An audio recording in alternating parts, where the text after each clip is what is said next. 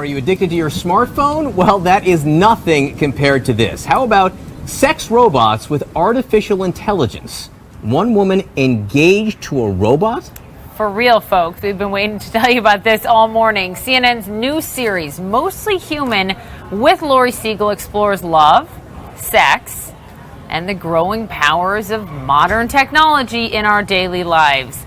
It's just insane to me that something that somebody does online would result in execution. This is where bits and bytes meet flesh and blood. Do you think that people will fall in love with robots? I feel like it's inevitable. Tech is now love, war, it's life, death. Ultimately, tech is mostly human.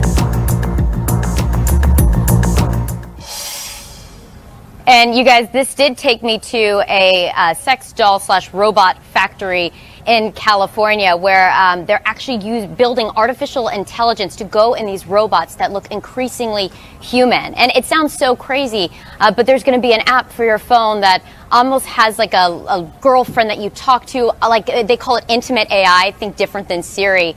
And the idea is that you could plug it into a robotic head. It's unbelievable stuff. And I think what's more interesting, even than this kind of crazy fringe story, is these larger questions. You know, the guy that builds these robots, he said to me, I don't think we need human connection to be happy. This engagement party for a robot, which was just mind-blowing. When I interviewed Lily, the woman who's engaged the robot, she said to me, robot's never going to cheat. It's going to be safe, and you can program all of this stuff. So there's these really human, weird, vulnerable moments that come with these larger questions. And the series explores even kind of some of the larger issues with technology and the ethics. Now that we're kind of taking a story posted at Breitbart News Online, new details are emerging surrounding allegations against the FBI that the agency employed Best Buy Geek Squad workers to conduct surveillance on American citizens. Documents released on OC Weekly reveal evidence that the agency trained Geek Squad techs on law enforcement operational tactics and shared lists of targeted citizens to covertly increase surveillance of the public. Additional evidence in the same documents showed that the company employees often snooped for the FBI and was even considering writing a software program to assist the FBI sifting through customers' computers without probable cause for any crime.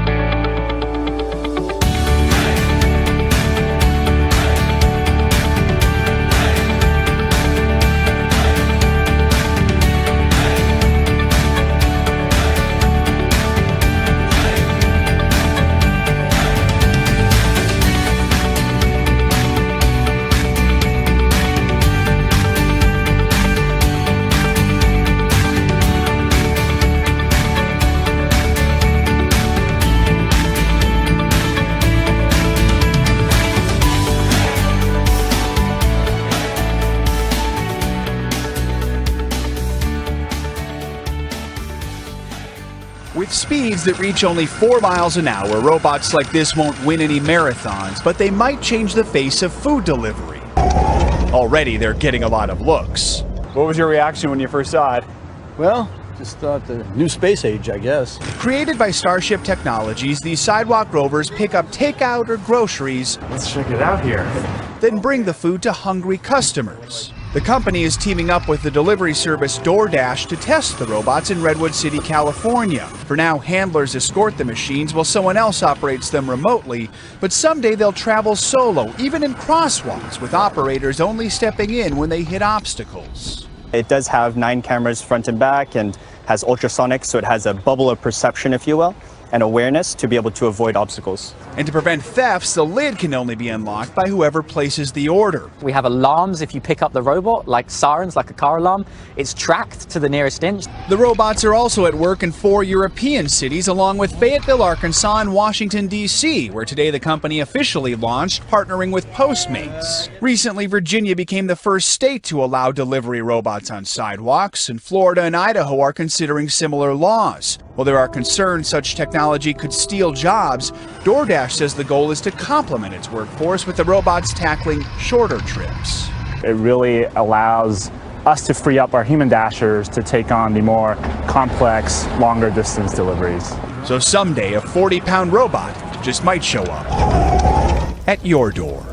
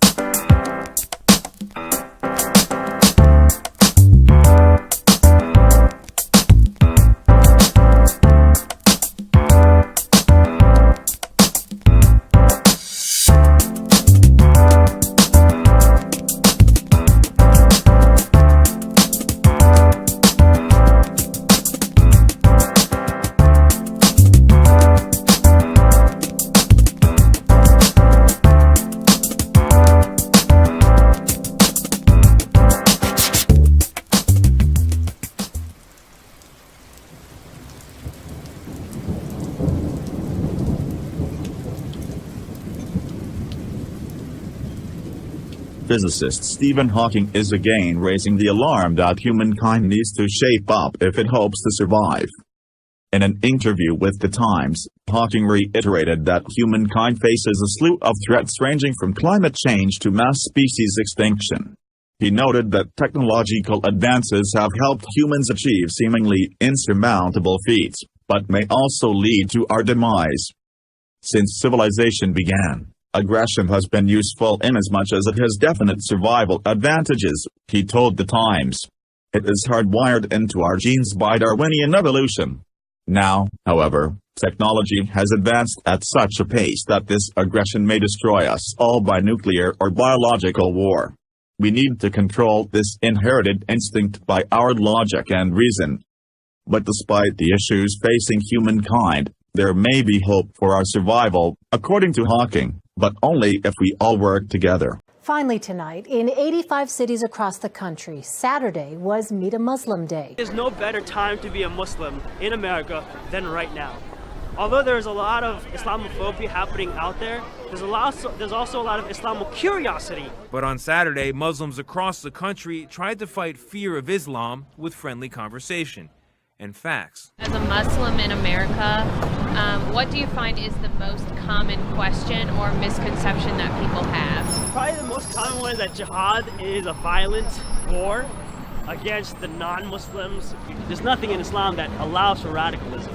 That exchange and hundreds like it were part of the first national Meet a Muslim Day, a project of the Ahmadiyya Muslim Youth Association. Spokesperson Salam Bhatti met people in New York's Times Square. Get out there, be out of our comfort zones, and have our neighbors meet us so that we can let them know that Islam is a peaceful religion. Muslims are loyal to this country. This is our country of residence, and we're here to progress together. Almost 2/3 of Americans don't know a Muslim in their everyday lives, according to Pew Research. People tell us like Islam is cancer and it needs to be eradicated. And according to the FBI, anti-Muslim hate crimes have surged 67% since 2002, reaching a level not seen since the 9/11 attacks. Volunteer Assad Bajua hopes this weekend of conversation will help bring those numbers down. But it's all a lack of knowledge. If they're a little more educated about the topic, which is why we're here. UN says years of war, poverty, and drought have left more than 20 million people facing famine. Tony Ducopel has a report, and we warn you, the images are upsetting. They show the heartbreaking severity of the crisis. In search of relief, the hungry walk for miles. But without enough food to go around, vast stretches of Africa and the Middle East are now on the brink of famine. We stand at a critical point in our history. Already at the beginning of the year, we are facing the largest humanitarian crisis since the creation of the United Nations. On Friday, United Nations humanitarian chief Stephen O'Brien warned world leaders that without a relief effort, millions could die, further destabilizing the region. The crisis is centered on 4 countries and more than 20 million people, including nearly 2 million in Nigeria, 3 million in Somalia, 5 million in Sudan, and 14 million in Yemen. In all, about 1.4 million children face an imminent risk of death, according to UNICEF spokeswoman Marixie Mercado. Children are dying because of man-made, conflict-affected disasters. In 2017, that's shameful. While the causes vary by country, war and poverty haunt all four nations and have for years. The fatal difference now could be money. The United Nations says it has just 2% of the $5.6 billion it needs to avert disaster. This Somali man said, "We pray to God to alleviate the suffering. Equally, we are asking the humanitarian agencies to help us." Some U.S. hospitals are fighting off a potentially deadly fungus that doesn't always respond to drugs. More than 30 patients have been diagnosed with Candida auris, a fungal infection typically found in hospitals or similar places. A majority of people diagnosed with the fungus have died, but it's tough to know exactly how dangerous it is because the fungus has affected people who were already very ill. One concerning thing about Candida auris is some strains have been resistant to the three main types of antifungal drugs. Cases are starting to become more prevalent in the United States, particularly in the Northeast. The Centers for Disease Control and Prevention said that 28 out of the 35 documented U.S. cases were in New York State. CDC officials said they're working to better understand Candida auris and told hospitals to keep an eye out for the fungus.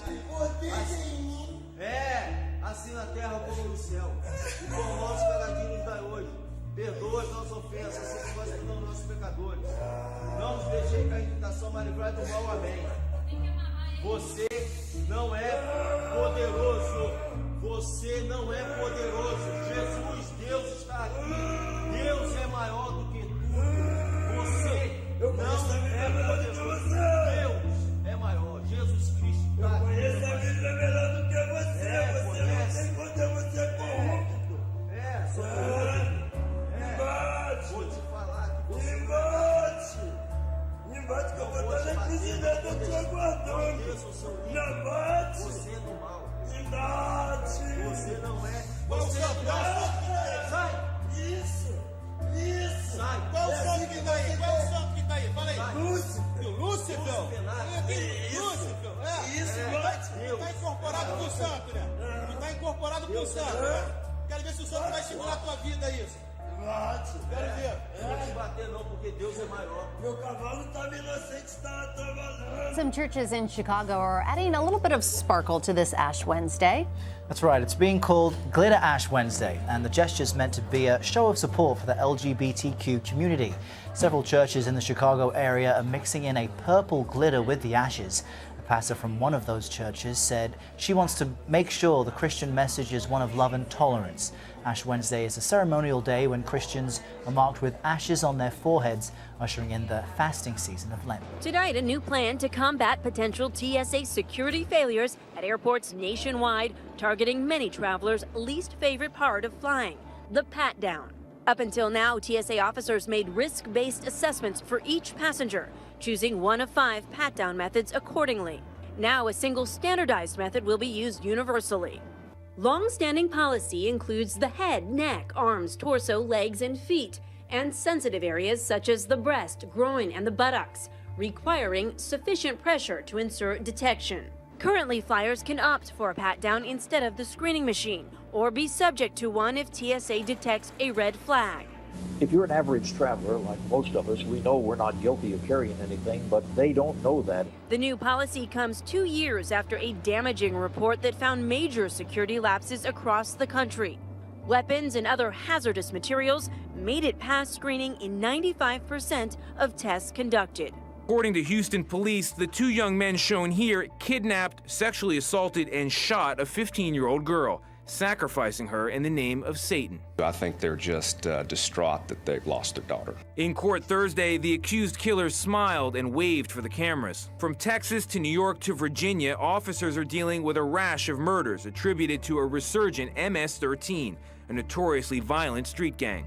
First reported decades ago in Los Angeles, the gang now has thousands of members in at least 42 states, according to the FBI. Most are Salvadorian nationals or first-generation Americans. Also on Thursday, Robert Capers, U.S. Attorney for the Eastern District of New York, pinned 7 murders on MS-13, including the killing of 2 teenage girls with baseball bats and a machete. Evelyn Rodriguez lost her daughter. This day is a celebration, but also a sad day. Last month in Northern Virginia, more than half a dozen alleged MS-13 members were arrested after a double murder, and according to law enforcement, most of the suspects arrested in these recent cases were in the country illegally. President Donald Trump reversed President Obama's transgender bathroom order last week. Now many are wondering what that means for several ongoing court cases. One of them is the case of Gavin Grimm, a transgender student who wanted to use the boys' bathroom at Gloucester High School in Virginia. When his school denied the request, Grimm sued. The case goes to the Supreme Court next month. But President Obama's transgender order was a part of that case. And now that it's gone, some suspect the Supreme Court may simply push the case back to lower courts to be decided. The Vatican faces new fallout this morning over the clergy sex abuse scandal. A founding member of a commission set up 3 years ago to protect minors from sexual abuse in the Catholic Church has now quit. She accuses the Vatican of stonewalling efforts by the panel set up by Pope Francis. It was better for me to come out and be able to speak about it because these men, they thrive on silence and cover up. Mary Collins, who was sexually abused by a priest as a teenager, tired of what she called constant setbacks in her work on a panel set up by Pope Francis to protect minors from sex abuse. We spoke with her this morning at her home in Dublin, Ireland. To find that there's still a group of men in this level in the church who do not see child protection as a priority, that do not get it in 2017, it's just unacceptable. In her resignation letter, Collins wrote she believes the Pope is sincere in his efforts, but the resistance by some members of the Vatican Curia, or church administration, has been shameful. Sometimes I feel the Pope does make mistakes. He's badly advised, but you're dependent in that position, I think, on those around you for advice. A step back. It's a tradition Patrick Caskey remembers being a part of. I've had girls that I've taken to the father-daughter dance, and I enjoyed it very much. It wasn't until recently the PTA president heard concerns the Crocker Riverside Elementary School's father-daughter dance and mother-son hike aren't traditions everyone cherishes. We got a request from a couple parents to be more inclusive and change the name. The school now wants to redefine the PTA fundraising event. The father-daughter dance will be promoted as a family dance. However the child wants to define their family, whoever they want to bring with them, they're able to do that. The goal is to be more welcoming of the diverse families at Crocker Riverside. It's not just about making money for the school, it's about having a good time and getting people together at the same time. School principal Daniel McCord is on board. He says the change is being used as a teaching moment for students. When they walk into their house, it will look different than mine, and that's great, and we want to embrace that and learn from it. McCord says there hasn't been any pushback. Many families are supportive and appreciative. He says it's about time they made this change.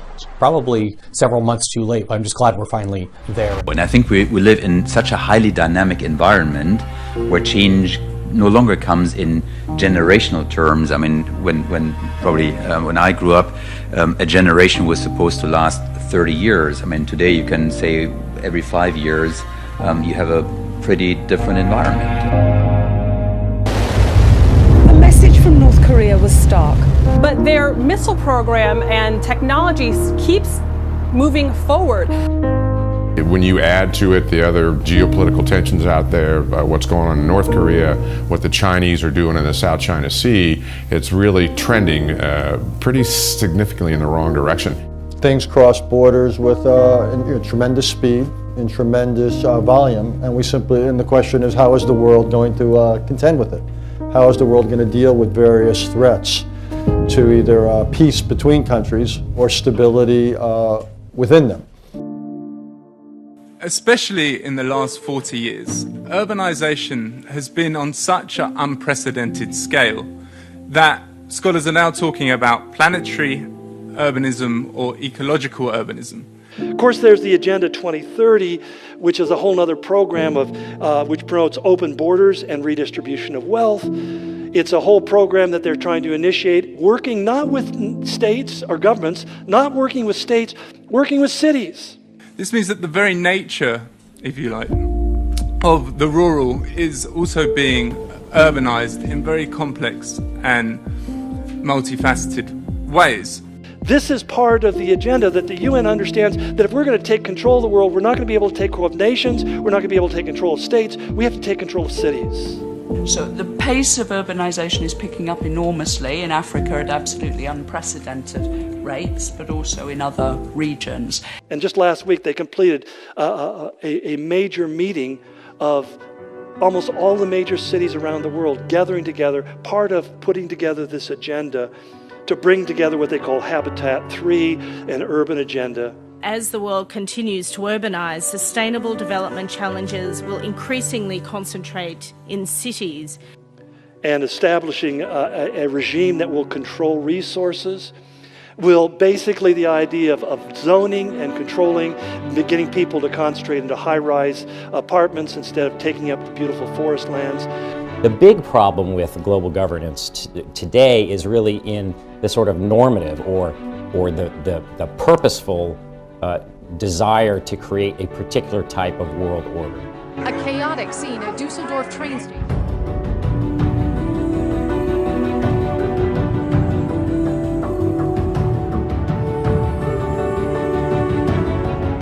Could you just sort of explain to people what the liberal order is?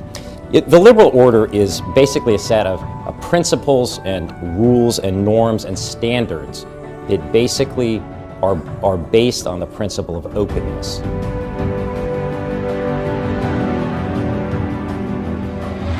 The agreement to live under a certain set of rules that everyone abides by. But when you were in the White House with George H.W. Bush in the first Gulf War, he talked about a new world order, a phrase that sounds infelicitous now. George Herbert Bush, the first George Bush president, made this statement. He says, we have before us the opportunity to forge for ourselves and for future generations a new world order.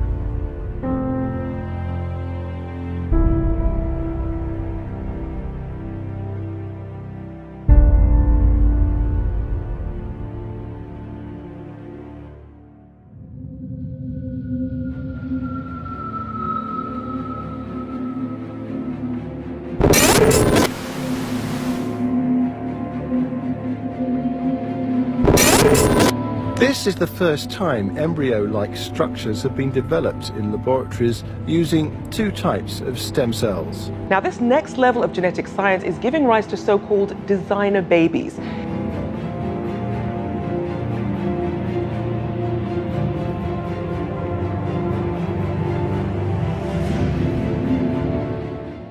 Using a 3D scaffold, they were able to grow a structure capable of assembling itself into an artificial embryo.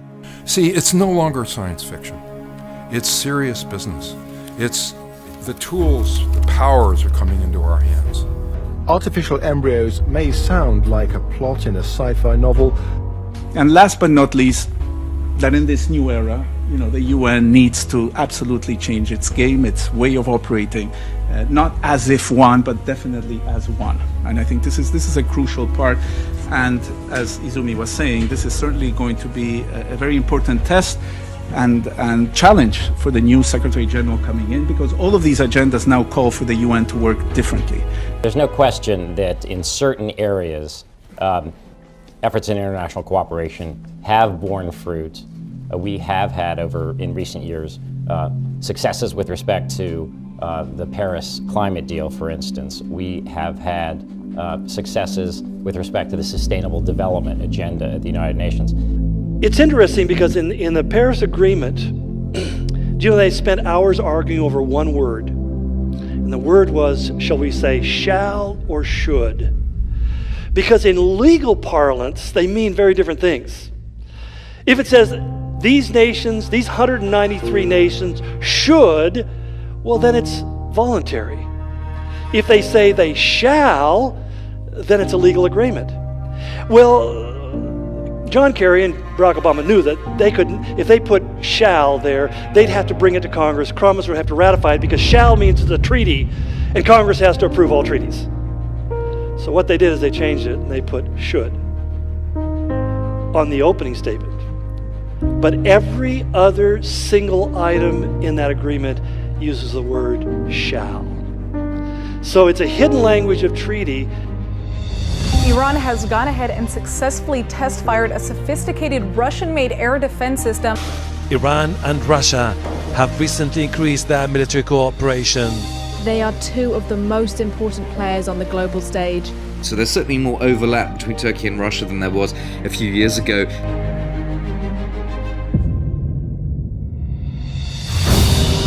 What does this mean for the future of the Middle East and especially Israel? The headline around violence is that on current trends it will be a more violent world in 2030.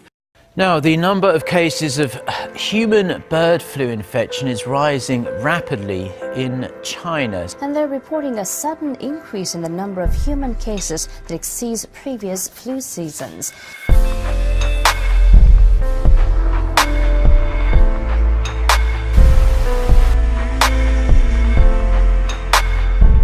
Really, the rate of emergence of these viruses is more rapid than the rate of urbanization or changes in poultry farming practices. So there's something else going on.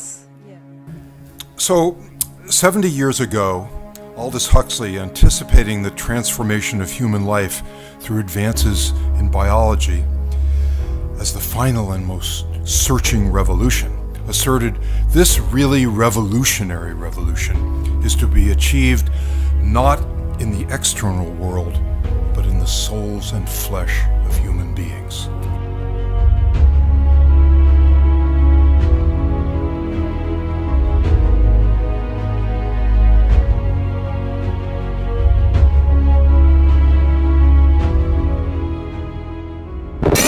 This holds great promise for advances in agriculture and animal studies and basic biomedical research and therapy, but opens fundamental questions about our role within the natural order and the use of these technologies in shaping the human future.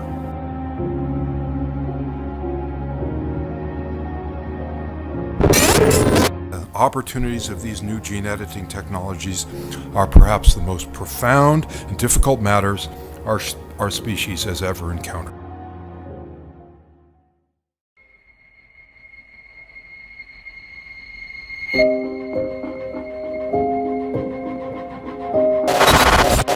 Together with advances in cytology, systems biology, bioengineering, and the great advances in computer sciences that are making all this kind of stuff possible, these together open unprecedented powers for exploring and constructively deploying the fundamental forces of living nature in the service of human life, in the service of the good of the planet.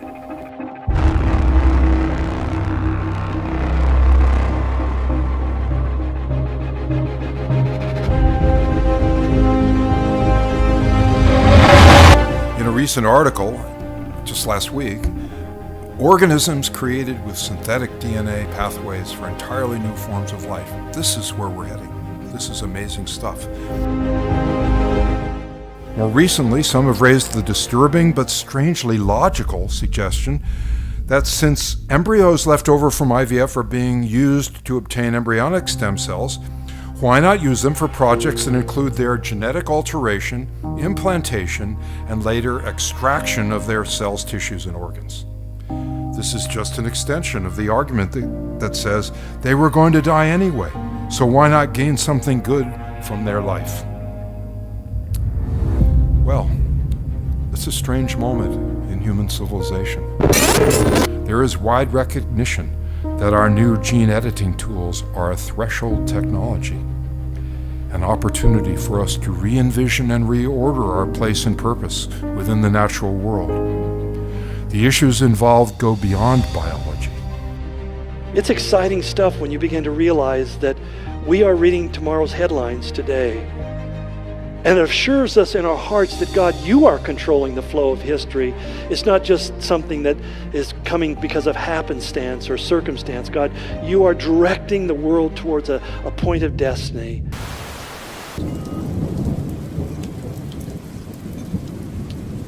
Student Satanists announced lamb sacrifice and Bible burnings at Clemson University. Just listen to this. Students at Clemson University have announced plans via a poster to perform a live bloodletting and lamb sacrifice and a burning of the Bibles to commemorate the building of a new campus chapel. A poster on campus attributed to a student organization calling themselves the Clemenson Unorthodox Neo-Satanic Temple, Cunt for short, announced plans to perform the ceremony at the Cunt Afterlife party on March 11th. No location was specified. The poster contains imagery associated with Satanism, like pentagrams and an illustration of the goat-headed Baphomet. Unbelievable. Vandals scrawled graffiti claiming the Holocaust was fake history on an exterior wall of a Seattle synagogue, leading the rabbi to urge President Donald Trump to more forcefully denounce a wave of anti-Semitic incidents in recent months. Seattle police said they were investigating the vandalism at Temple de Hirsch Sinai as a hate crime after an off-duty officer spotted it Friday. Holocaust is fake history, read this spray-painted message, with each S letter written as $signs. Governor Cuomo has ordered an investigation into another bomb threat against the Jewish Community Center in Rochester. Police say about 300 people were inside the center today when the email threat came in. The center was evacuated and closed while police searched the building. This is the second threat against that same center in less than 1 week. Soft drinks maker Coca-Cola has launched a gay-friendly ad featuring a brother and sister vying for the attention of a handsome pool boy in a campaign that has won praise for diversity and inclusion. The ad is part of the company's global Taste the Feeling campaign and features a teenage girl ogling the pool boy from a downstairs window, while her brother does the same from upstairs. Senior manager of global brand PR for the Coca-Cola company, Ali Brubaker, said, "It's a human story where Coca-Cola plays a key role in the development of the drama." The organizers of the annual Los Angeles Gay Pride have announced that this year's march will be replaced by a protest against President Donald Trump. Local West Hollywood news outlet WeHoville.com revealed late last night in a statement that read, "The annual Pride Parade has been canceled, setting to the nationwide LGBT Resist March that is scheduled in many U.S. states for Sunday, June 11th, the day the Los Angeles Pride Parade would normally occur." It quotes organizer Brian Pendleton via Queerity, "We want to resist apathy." In a press statement, Christopher Street West, the organization that stages LA Pride Parade and Festival, said, "Given the current political climate where divisiveness and discrimination continue to be part of the mainstream dialogue, CSW is determined to make the LA Pride brand a unifying force for the LGBTQ plus community and its allies across all of Los Angeles."